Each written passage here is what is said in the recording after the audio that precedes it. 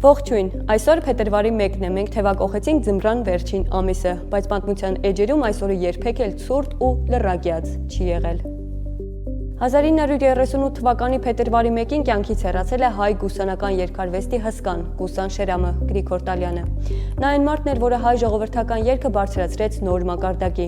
Նրա շորորա դունի մուսանես պարտեզում բարդ էր բացվել երգերը մինչև օրս հնչում են ժողովրդական երգի սիրահարների շուրթերից։ Շերամը ոչ միայն երգահան էր, այլև հայկական ոգու պահապան, որի ստեղծագործությունները դարձել են մեր ազգային ինքնության անբաժանելի մասը։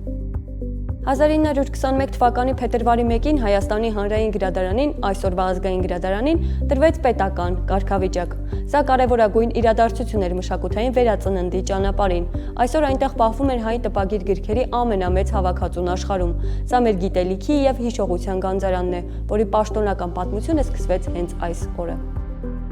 Այս օրը համաշխարհային գիտության համար սև էջ դարձավ։ Ամերիկյան Space Shuttle Columbia տիեզերանավը վերադառնալիս քայքայվեց մթնոլորտի վերին շերտերում։ Զոհվեցին բոլոր 7 տիեզերագնացները։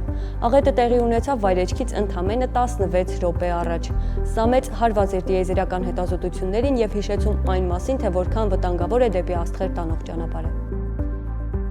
Հենց այսօրը լեգենդար գյուտարար Թոմաս Էդիսոնը ավարտեց աշխարհի առաջին կինոինդուստրիայի շինարարությունը, որը կոչվում էր Սև Մարիա։ Այստեղ սկսվեցին նկարահանվել պատմության առաջին կարճաժամկետ ֆիլմերը։ Կարելի է ասել, որ հենց այս օրը դրվեց համաշխարհային կինոինդուստրիայի հիմքը։ Դե ինչ փետրվարը սկսված է, լավ մնացեք, իսկ մենք կհանդիպենք վաղը։